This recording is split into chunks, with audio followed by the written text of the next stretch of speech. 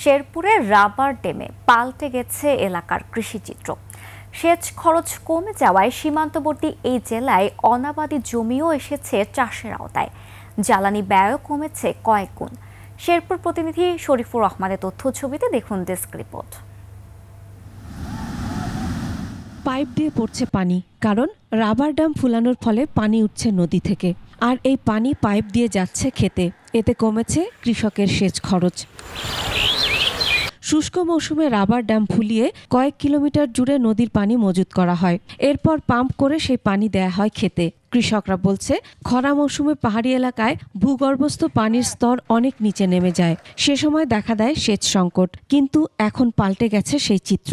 1200+ সদস্য মিলে একটা সমিতি গঠন করি এবং সমিতির মাধ্যমে জায়গা আমাদের এলজিডির মাধ্যমে একটা রাবার ড্রাম প্রদান করে, যার ফলে এই এলাকার এই যে পানির সংকটটা ছিল, এই সংকটটা মোটামুটি এখন সমাধান হয়েছে। আমি আবাদ করতে আছি, রাবার ড্যাম হওয়াতে আমার আবাদের মধ্যে খুবই সুন্দর ফসল হয়। যদি 5 একর জমি থাকতো, তার মধ্যে আমরা 2 একর 3 একর আবাদ করতাম, 2 একর অবহেলায় আমরা ফেলে রাখতাম, যেহেতু পানি নেই। 1-2 একর জমি আবাদ করলে কোনো টেনশন নাই, 2-4-5 একর জমি আবাদ করলে কোনো টেনশন নাই।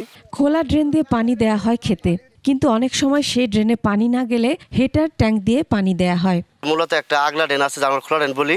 এই ড্রেনটা দিয়ে আমরা বেশিরভাগ পানি পাস করি, আর যে হেটার ট্যাঙ্ক আছে এইটা দিয়ে আমরা যখন লাগতেছে, যখন পানিটা না ওঠে খোলা ড্রেনে, তখন আমরা এটা দিয়ে ব্যবহার করি। রাবার ড্যাম হওয়ার পর মোটামুটি প্রায় রাবার ড্যামের আওতাভুক্ত 3000 একর জমি আসে এবং এটা জাইকার একটি প্রকল্প এলজিডির মাধ্যমে এখানে বাস্তবায়িত হয়।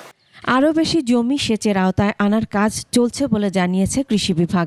রাবার ড্যামের ফলে আমাদের এইখানকার কৃষকরা সেচের সুবিধা পাচ্ছে, পাশাপাশি আমাদের বোরো ধানের উৎপাদন তথা আমাদের এরিয়া বৃদ্ধি পাওয়াতে আমাদের খাদ্য নিরাপত্তা নিশ্চিত হচ্ছে।